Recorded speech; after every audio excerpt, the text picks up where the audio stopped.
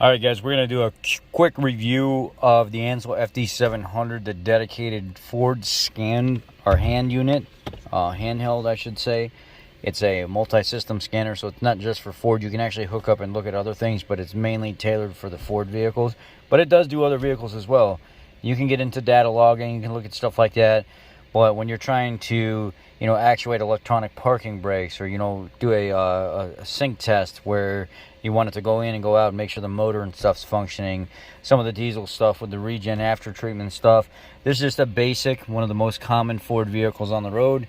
It's a 13 Ford Fusion, and I already know I currently have a problem with the motor. It is actually coolant intrusion. It's eating coolant, and I want to actually hook up and verify that what I think statistically with this vehicle with the coolant loss is the issue here. So let's go ahead and actually plug it in.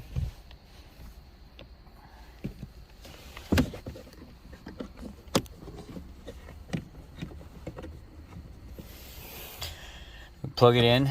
One of the things I wish is the tether here, the OBD line, was a little bit longer.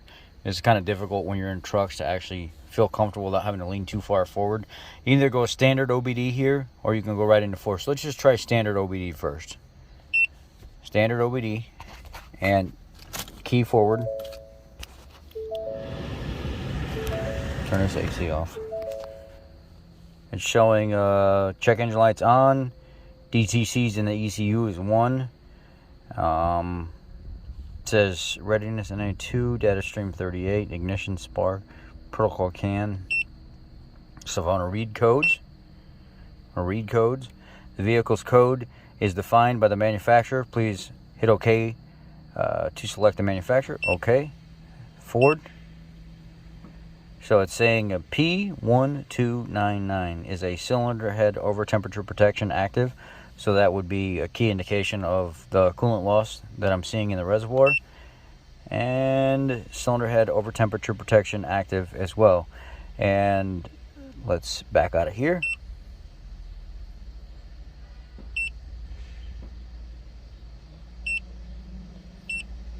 That was generic, right? So now let's go into the actual Ford direct database. So we're going to go for Ford.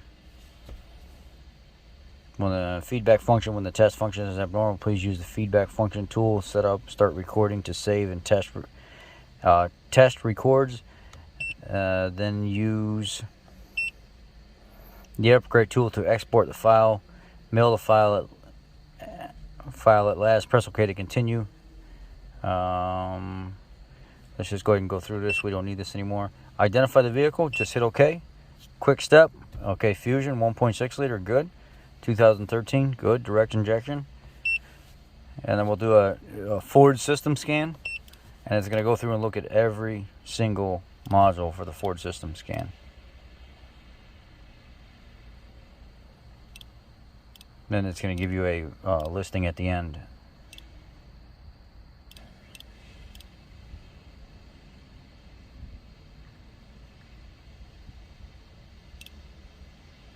So pretty quick, nothing too crazy there. It says there's a anti-lock braking system code. Let's see what that is. Read fault. Electric parking brake enable. Okay.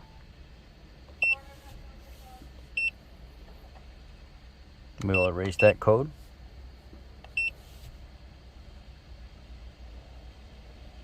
Turn the ignition off and then turn it back on. Yeah, I mean, it says to do that. You don't really have to do that.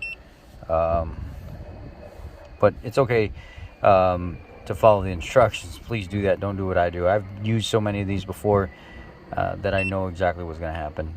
It's not going to be an issue here.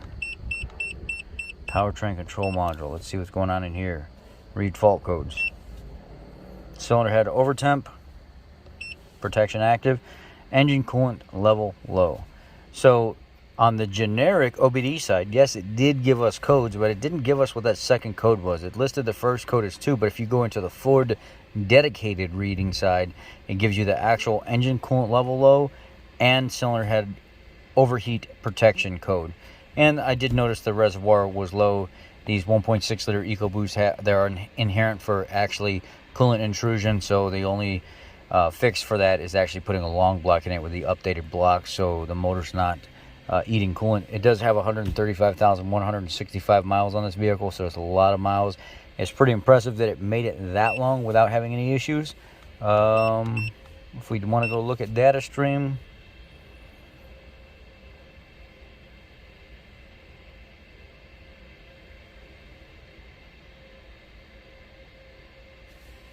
view all items, and then it'll walk us through here what our AC pressure sensor is, throttle position percent. So B here, I got it matted all the way. It's just 87.45. I let off, goes down to about 15, which is normal.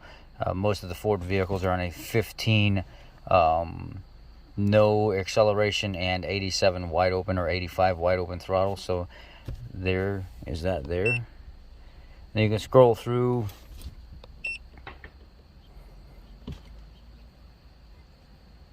It's got multiple circuits inside the throttle position sensor. So there's, when it's looking at circuit E, you can see it's at 7.8%, but when it's wide open throttle, it's at 40%. And then you can look here and check all your different pedal positions. And you could go even further with it. You can look at your camshaft position, catalyst monitor, charge air cooler no fault, charge air cooler temperature, O2 sensor, O2S1 duty cycle. So a lot of stuff you can do with this thing. Let's escape out of here. Let's go back to, let's get completely out of this.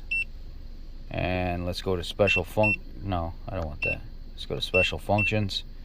And it has all this clear trans adaptive strategy, electronic parking brake apply and release test, electronic parking brake maintenance mode. So if we want to go to electronic parking brake maintenance mode, we will shut the key off, turn the key on, and then click on this. Exiting this function will change the vehicle status. Please proceed with caution. Okay. Enter maintenance mode. This procedure puts the module into the service positions for changing brake pads or calipers. The calipers will be retracted and locked in place so the brake pads can be replaced. No other command can be used other than exit maintenance mode at this point. Refer to the appropriate workshop manual for further details. Before performing procedure, please make sure the following operations are completed. Vehicle must be in park. Check. Ensure that you are not pressing the brake pedal. Check. Hit OK. Set the ignition switch on. It's on. Up. Oh, there we go. In maintenance mode.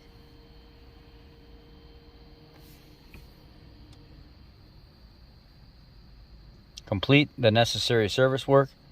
So we could like essentially just go here, key off. It's in maintenance mode. Go out, take your wheels off, pull your calipers, push the pistons and stuff in, change your brakes, do all that stuff, put everything back together. So then you get back in the vehicle, and then let's just say we finished our job, key on, hit OK, still in maintenance mode, hit OK here, work is done. Exit maintenance mode. Run this procedure after replacing the brake pads, servicing the caliper. The park brake system will be in its normal rest position.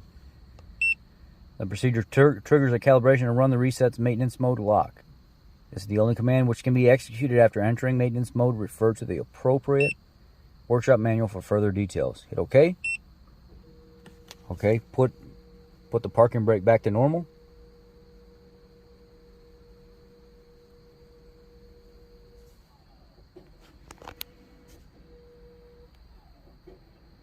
It's running its test right now. Function is complete. You're good to go. Hit OK to escape. Start the vehicle. No brake light, no nothing on. Go back to you're free to use it as normal. Manual oil reset. It will actually give you directions on how to manually reset the oil on each vehicle that it's plugged into. Reset your keep alive memory for your fuel tables and stuff. So it's got a lot of functions to it. Clear transmission adaptive tables. If you just bought a vehicle and you don't like the way it's shifting and stuff, you can go in there to clear the adaptive tables and then relearn the vehicle slowly as you're driving. That's a function here as well. There's specific Ford functions through this tool. It's a really good tool, so I just wanted to leave that with you guys and just give you an update on it's a nice tool to have. And from what I understand, the tool's already discounted on Amazon, but they said because of me doing the review, they're gonna knock it down from like, it was like 130 or something down to like 117, and then they're gonna further take it down to where it's gonna be where we can order one of these. It's got this rugged case and stuff. We can order one of these for like, I think it's like 90 or 95 bucks with their discount code and stuff like that. So if you guys are interested, let me know. I'm gonna have the link down below, and I appreciate you. Thank you.